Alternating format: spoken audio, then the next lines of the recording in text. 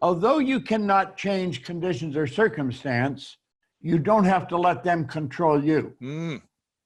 We can't control what's going on outside, but we can control what's going on inside, you know? And unfortunately, I don't think many of us have been raised to really understand that. Yeah. And it's a lack of understanding that's causing all our problems, you know? But how can you say that to someone who's like, well, I don't feel like I have control on the inside when it seems like everything has power over me? What's something they can start to shift? You see, the truth is for that person, that would be true, that they're being controlled by outside. We look at it this way. We are the only creature on the planet that's totally disoriented in our environment. All the little squirrels, the birds, all the animals are completely at home in their environment. They blend in. You and I are totally disoriented in our environment. We've been given the mental faculties to create our own environment. However, we go right through school and we've never learned that.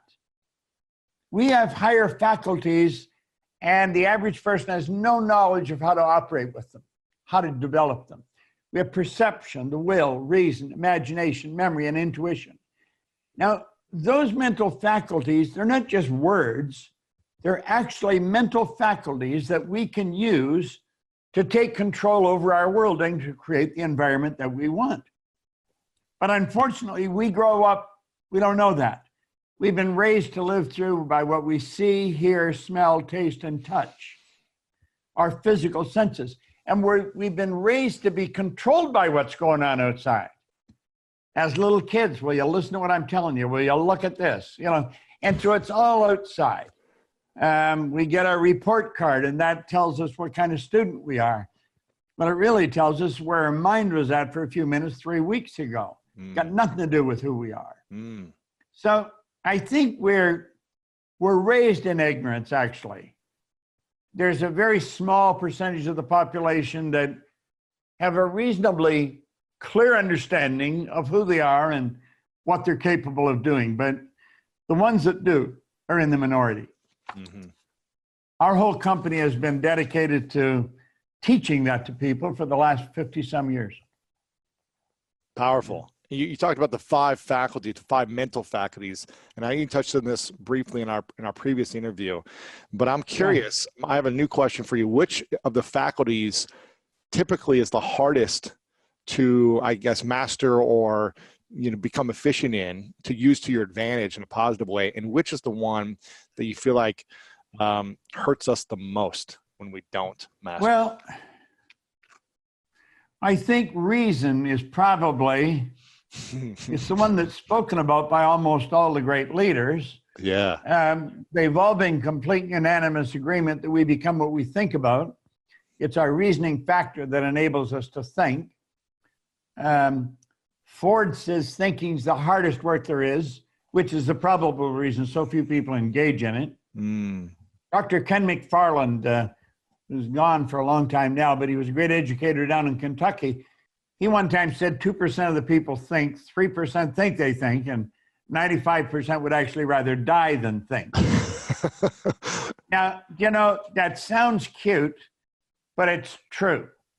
If you stop and listen to what most people are saying, it's going to be fairly obvious they're not thinking. If you stand back and watch what most people are doing, it's fairly obvious they're not thinking. Or they would never say or do what they're doing.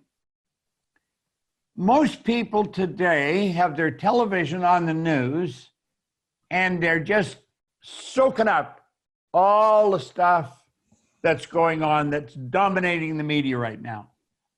So they've become a plaything for what's going on outside. And that's why they're living in such fear. By consuming the media, of whether it's true or accurate or not true, you're being manipulated in a sense. Yeah. It's not a matter of whether it's true or not. Is this how you want to spend your life, just listening to that? That doesn't mean you should deny it. It doesn't mean that you should say, well, that's all false. I don't know whether it's true or false. It's just bad news. I don't want to be involved in it. Yeah. Am I aware that it's there? Well, you'd almost have to be dead not to be aware that it's there. But that doesn't mean you have to spend your time thinking on that. Mm. I would much rather Yeah. activate some of my creative faculties and do something that's constructive. In a time under crisis and worry and fear for a lot of people, what should we be thinking about? How should we be using our imagination in different ways as opposed to fixating on the bad news? Well, I think a good idea right now would be spend some time thinking about how are we going to adapt when this is gone? Yeah. Because we're going to live in a different world. We're not going to be in the same world when this is all blown over than we're in right now. It's going to be quite different. Yeah. People are not going to be rushing out to big events where there's a lot of people. They're not going to be rushing to restaurants. I think they're going to be very careful about what they do, where they think, and where they're going. I was listening to Seneca, and he said, if you're a public speaker, don't look for a stage for a little while because you're not going to have one. Yeah. Now, this also presents great opportunities. It's for us, for my company, we're going online, full speed ahead. Now, fortunately, we built the studio 4 or 5 years ago, so you're prepared. We're equipped and we're ready. Yeah, we can broadcast. We had a training class going in here just last week with about 300 of our consultants from all over the world. We had a 3-day training program for them, and it was very effective. Online. We didn't have to come together. Yeah. We did it from right here. Yeah. I mean, you're known for doing these powerful transformational workshops in person. So for someone, I mean, it's very inspiring for me, for someone at your age where would be the excuse of most people your age to say, well, I don't understand this technology thing, and I've been doing this way of business for so long. It's always worked this way, and I'm not going to try to reinvent or evolve and pivot and grow in this way. So it's really inspiring to see someone at your age with your level of experience to say, you know what, I'm embracing it. Maybe I don't like it. Maybe you do like it, but you're embracing it and making the most of it as opposed to resisting. Because what happens when we start to resist in our life? What truly happens? Well, we resist it. We create it in our mind. That's all we think about. You see, I guess my age really has nothing to do with it, but I formed that attitude a long time ago. Yeah. I didn't like the idea that when you've lived for so long, you've got to cut out, you've got to stop. I thought, hell, I don't like that idea at all. First of all, I think I believe we're here to do God's work. God's work is creation, expansion, fuller expression, greater goodness. And if we're going to do that, we're going to be working at it all the time we're here on this planet. We never stop. So age should have no bearing on it. Mm-hmm. I had a couple of people ask me when we started to build this place, we put a couple of $1 million into this, and somebody said, how old are you? And I think I was probably 83 when they started to break ground. They said, you're 83 and you're going to spend $2 million building a studio? And I said, yeah, why not? I mean, you see, we let things that really have no concern, we let them bother us, we let them control us. Age is a dumb thing to let control you. It's our thinking that controls everything. That's the one point every great leader agreed on. We become what we think about. Well, what's a person thinking? I'm thinking if I get old, I got to stop. Well, then you'll stop. Or I'm thinking, well, if I've been here a long time, I've got a lot of experience. I want to utilize that experience to keep me going as long as I am here. I mean, anybody had their head screwed on right a few years ago would know that this thing's going to take over. Yeah. And if we don't learn how to use it, we're toast. So, I was doing seminars on my iPad because I can run it right onto a monitor and out through to the universe. Yeah. What should we be thinking about the most right now in your mind? If I thinking think we is the should most be important thinking thing. about our future. I think we should be thinking about the greatness, like it's the school of greatness. I think we ought to be thinking about the greatness that we've got locked up within us and bring it to the surface. Everyone has deep reservoirs of talent and ability within them, and they can bring it to the surface to accomplish anything they want. Now, to sit in fear and wonder what's going to happen, that is a dumb waste of your talent and your time. Yeah. And unfortunately, that's what most of the media is promoting right now. To believe in fear is to believe in something you can't see. To believe in faith is to believe in something you can't see. Well, if you have a choice, I think I'd choose faith over fear. Absolutely. I think I believe where I can really see something happen. I believe we're going to have a phenomenal year in our company. Wow. In fact, I have a business partner, Sandy Gallagher, and a very bright lady, was a securities attorney prior to joining us. She ran a program this morning for our entire company. We have about 70 people in the company. She was teaching masterminding to them all and saying how this is important, that every one of us get involved in this, that we learn the basics of masterminding, that Napoleon Hill brought to the world, let's say, way back in the 30s. Now, I think that's what we should be teaching people. Sandy was on the right track there. So I think we ought to be thinking about what we're going to build. How big are we going to do it? Where are we going to do it? When are we going to start? Our goals have not changed. They're very big. They're very ambitious. And we're not letting this virus slow us down one bit.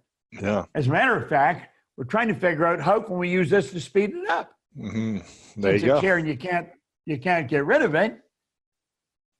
Use it to your advantage. Yeah. There is a way we can use it to our advantage. People are more dependent upon the phone. I've got a computer here. They're dependent on their phone, their computer, more than they've ever been. We can reach them anywhere in the world through those mediums. Yeah, use them to your advantage.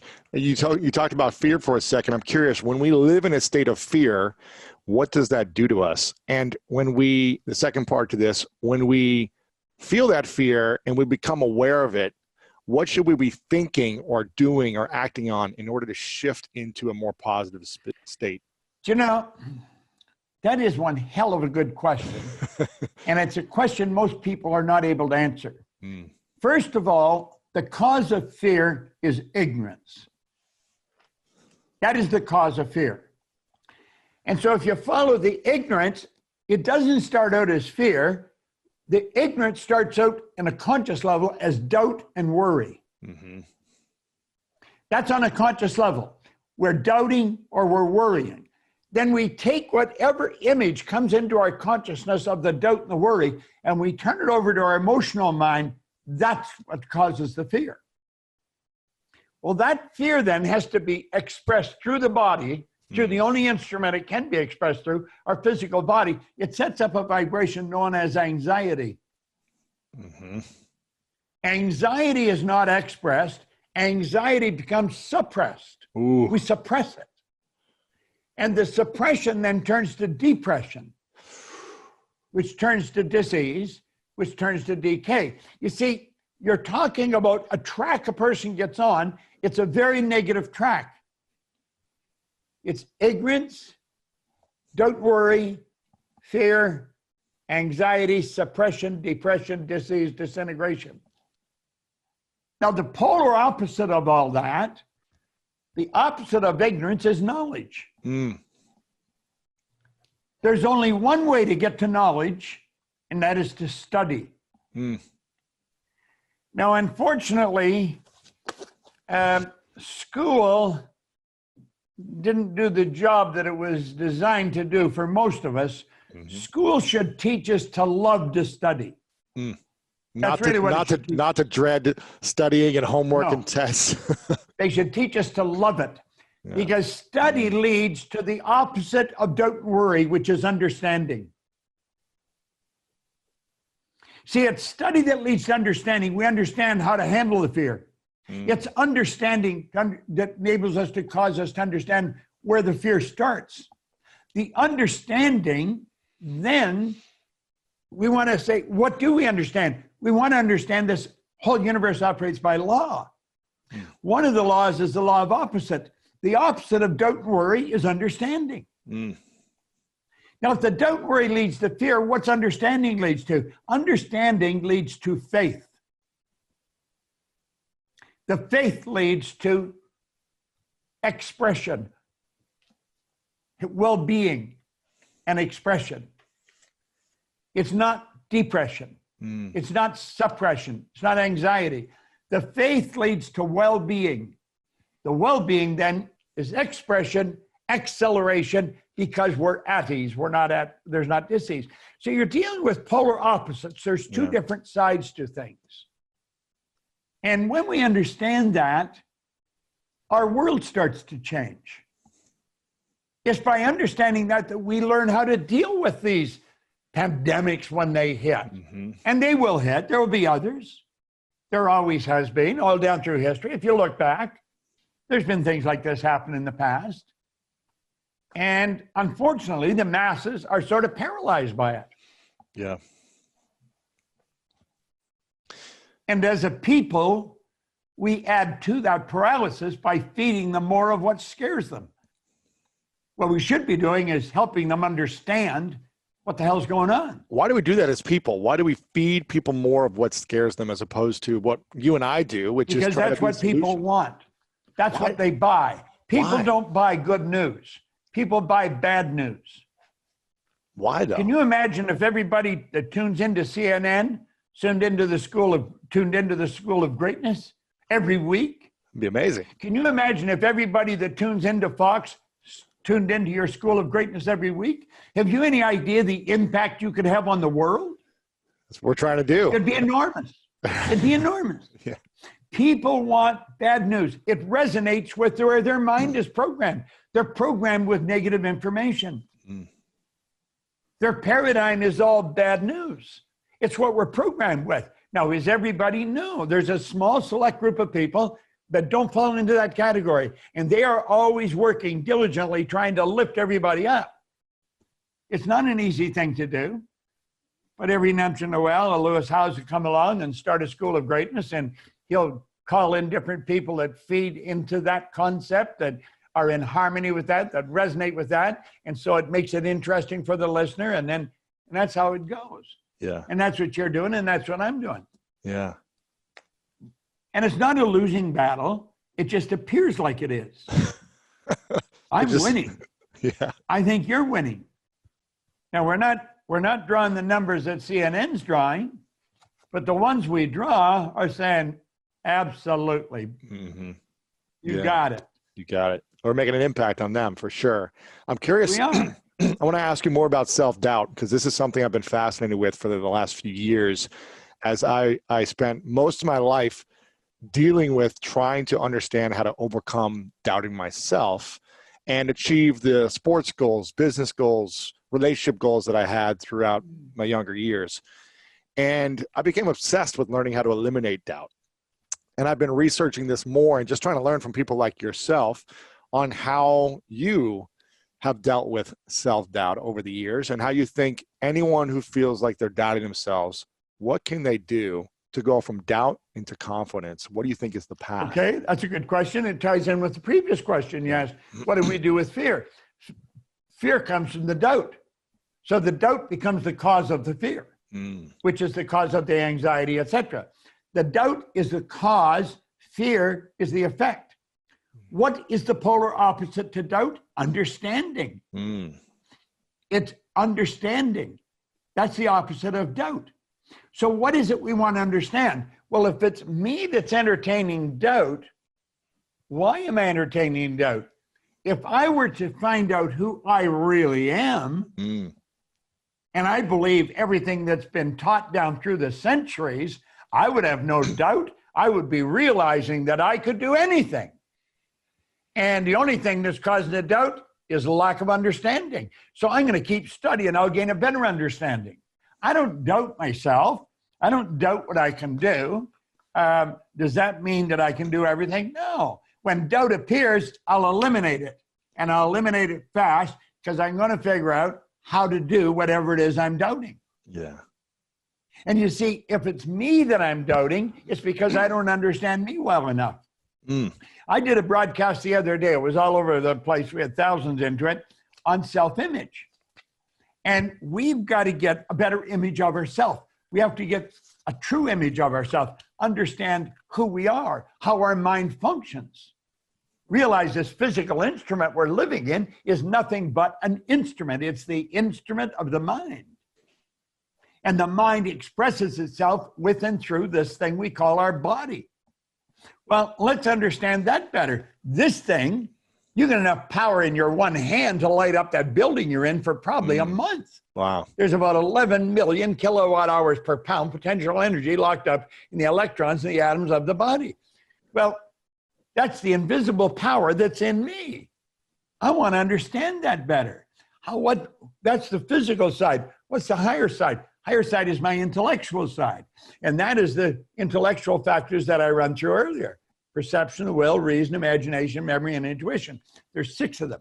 And as I understand those more, as I understand my intellectual factors, I'm using the things and I'm utilizing and developing the things that separate me from all the rest of the animal kingdom of which I'm a part. Then I can tap into the spiritual essence of who I am, because we're spiritual beings. And that's where the greatness lies.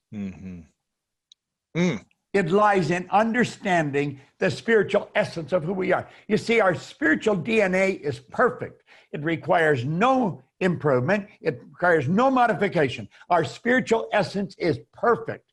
And that perfection is within us. So the trick is figuring out how to express it in a greater way. Yeah, and not get trapped into a different type of expression through bad news or friends or parents' beliefs or whatever it is that tries to shut us down, correct? Exactly. So, and they will try and shut us down because we're coming up and we're saying, I'm going to do this. They'll say, you got to be out of your mind. You're going to quit that good job. Are you crazy? We got to be strong enough to say, I'm going to follow my dream. Amen to that. I'm a big believer. Like Martin Luther King, I have a dream. He didn't say I have a plan. He didn't say I have a bank account. He didn't say, I have a dream. I have an image in my mind. I have a good, beautiful picture that I want to execute in my life. You see, we let things that really have no concern, we let them bother us. We let them control us. It's our thinking that controls everything. That's the one point every great leader agreed on. We become what we think about. Well, what's a person thinking? I'm thinking if I get old, I got to stop. Well, then you'll stop.